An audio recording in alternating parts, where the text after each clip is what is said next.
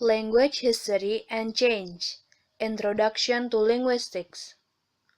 Group 12 consists of Amelia Meidi Putri Ayu Sumadaria, Dea Darasati Widetara, Anastasia Grace, and Restu Bumi Anugrah. Family Connection and Cognates. Philology. Philology, also known as the process of investigating the feature of older languages and the ways in which they developed into modern languages, or in another word, is the study of language history and change. In the 19th century, philology dominated the study of language, and one result was the creation of family trees, to show how languages were related. Before all of that could happen, however, there had to be the discovery that a variety of languages spoken in different parts of the world were actually members of the same family. Back then, the world was much less populated. Groups of people that shared a single language and culture often split into smaller tribes, going separate ways in search of fresh game and fertile land. As they migrated and settled in new places, they became isolated from one another and developed in different ways that turned similar dialects with varied pronunciation and vocabulary into radically different languages. Sir William stated that a number of languages from very different geographical areas must have some common ancestor. However, this common ancestor could not be described from any existing records, so it had to be hypothesized on the basis of similar features existing in records of languages that were believed to be descendants. This is where philology takes place. They were trying to tracing multiple languages back as far as they can to their common ancestor or proto-language. A group of all languages related in this way is called a language family, which can contain many branches and subfamilies just like a tree. A language family is a group of related languages that develop from a common historic ancestor, referred to as proto-language. Proto means early in Greek. The ancestral language is usually not known directly, but it is possible to discover many of its features by applying the comparative method that can demonstrate the family status of many languages. Sometimes a proto-language can be identified with a historically known language. Sanskrit was the proto-language of many of the languages of the Indian subcontinent, such as Bengali, Hindi, Marathi, and Urdu. Further back in time, all these ancestral languages descended, in turn, from one common ancestor. We call this ancestor Proto-Indo-European or PIE. Language families can be subdivided into smaller units called branches. For instance, the Indo-European family has several branches, among them Germanic, Romance, and Slavic. Looking at the Indo-European family tree, we might be puzzled initially by the idea that all these diverse languages are related. After all, two modern languages such as Italian and Hindi would seem to have nothing in common. One way to get a clearer picture of how they are related is through looking at records of an older generation, like Latin and Sanskrit, from which the modern languages evolved. For example, if we use familiar letters to write out the words for father and brother in Sanskrit, Latin, and Ancient Greek, some common features become apparent. While these forms have rather clear similarities, it is extremely unlikely that exactly the same words will be found throughout the languages. However, the fact that close similarities occur, especially in the probable pronunciation of the words, is a good evidence for proposing a family connection. Cognates and false cognates. Cognates. Cognates is two words from different languages that similar in spelling, pronouncing, and meaning. For example, these words from English and Spanish: concert and concierto, family and familia, special and especial, problem and problema. False cognates. False cognates, or also known as false friends, is two words from different languages that are similar in spelling and pronouncing, but different in meaning. For example, cartoon in English means comic, and cartón in Spanish means cardboard. Rude in English means impolite, and rudo in Spanish means rough. Comparative reconstruction. There are sounds reconstruction and words reconstruction. The aim of this procedure is to reconstruct what must have been the original or proto-form in the common ancestral language. 1. Sounds reconstruction. Using the majority principle, we can suggest that the older form will most likely be based on language 2 or 3. There are consonant changes like b to b, t to d, k to k. That's very important. Comparative reconstruction by deciding what was the most likely form of the initial sound in the original source of all three.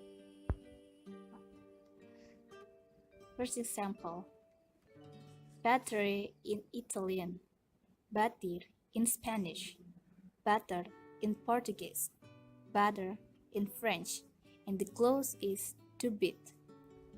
Second, fale in Italian, balde in Spanish, fale in Portuguese, val in French, and the close is valley. 2. Words reconstruction. Looking at the non-Indo-European set of examples, we can imagine receiving the following data from a linguist recently returned from an expedition to a remote region of the Amazon. Language 1, milk. Language 2, milk. Language 3, milk. It means stream. Abadi, apathy, apat. It means rock. Agana, akana, akan. It means knife. Anuku, anuku, anuk. It means diamond. The history of English. Old and Middle English. Sound, syntactic, and semantic changes. After conducting an observation about Sanskrit and Greek, it was found that both languages had strong affinity. It was later understood that, despite the geographical difference, number of languages must have some common ancestors. Though there is no written records found to prove the argument, scientists devised a way to determine what language must have been before any written records. It is by reconstructing the proto or original forms of languages. However, finding the connection of modern languages with their ancestors means that we should track down the changes of those languages through times, means that we should go back to the time where it all started. Old English. English that we use nowadays was developed by its primary source, that was Germanic languages, spoken by tribes who moved from northern Europe to the British Isles in the 5th century. Those were the Angles, Saxons, and Jutes. We refer to these people as Anglo-Saxons. The name of the language they spoke and the land they lived in, that were English with C and England, were adopted by the tribe English. From the language English with C, or we can also call it Old English, we got so many of the most basic language that form the words such as man, women, child, eat, and other words. As the pagan settlers, they also gave us some weekday names in order to commemorate their god. From the 6th to 8th century, they gradually converted themselves in Christianity. This affected a number of terms from Latin, which was the language of the religion, came into the British, such as angel, bishop, candle, church, martyr, priest, and school. From 8th to 9th and 10th centuries, another northern Europeans, who called themselves Vikings, came to plunder then settle in parts of the coastal regions of Britain. They brought with them the language Old Norse, where the terms give, law, leg, skin, take, and they are adopted. Middle English. The arrival of Norman French in England marked the end of the Old English and the beginning of Middle English. These invaders were the ruling class, so the language of the nobility, the government, the law, and civilized life in England was French. Words from Old English, such as sheep, cows, and swine, were used by peasants. Between 1400s and 1600s, known as the substantial change of English sounds called the Great Vowel Shift. We can see the difference by comparing the works of Chaucer and Shakespeare.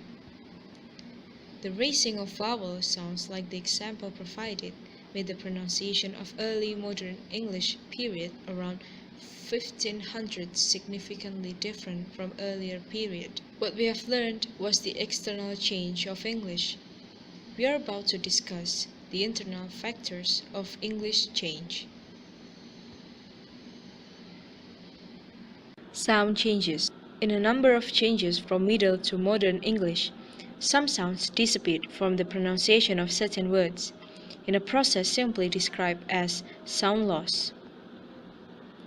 Some words lost sounds but kept the spelling, resulting in the silent letters of contemporary written English. The sound change, known as metathesis, involves a reversal in position of two sounds in a word. Another type of sound change, known as epenthesis, involves the addition of a sound to the middle of a word. One other type of sound change worth noting, though not found in English, occurs in the development of other languages. It involves the addition of a sound to the beginning of a word and is called prothesis. Syntactic changes. Some noticeable differences between the structure of sentences in Old and Modern English involve word order. In Old English texts, we find the subject-verb-object order most common in Modern English. But we can also find a number of different orders that are no longer used. For example, the subject could follow the verb, and the object could be placed before the verb, or at the beginning of the sentence. However, the most sweeping change in the form of English sentence was the loss of a large number of inflectional suffixes from many parts of speech. Semantic changes. There are many Old English terms that stopped to be used. For example, 1. Avoid, that in modern English means the thrust of a sword. 2. Were, that in modern English means man. Diachronic and synchronic. Besides borrowing, there are two processes for describing the meaning. One is broadening and two is narrowing. Broadening is the meaning of words that become wider than before. For example, holy day, that refer to the religious festival or ceremony, to general break from work that called holiday. Foda, which is referred to meal for animals, to all kind of meals called food. Narrowing. The meaning of words become tighter than before. For example, hunt, used to refer all kind of dog. Now it refers only a type of dog called hound. Met used to refer all kind of food. Now it refers to some specific types called meat. Diachronic and synchronic variation. Diachronic is the study of language through different periods of time. The main focus is the evolution of language. The language changed time by time continually because each new generation invented the way of using the language. Diachronic associated with historical perspective. For example, the study of how Old and Modern English is separated from German. Synchronic is a study of language that describing a language usually present time without think about history. Known as general linguistics or descriptive linguistics. For example, the pronunciation between the lower social class and higher social class is different because the higher social class is high educated than the lower social class.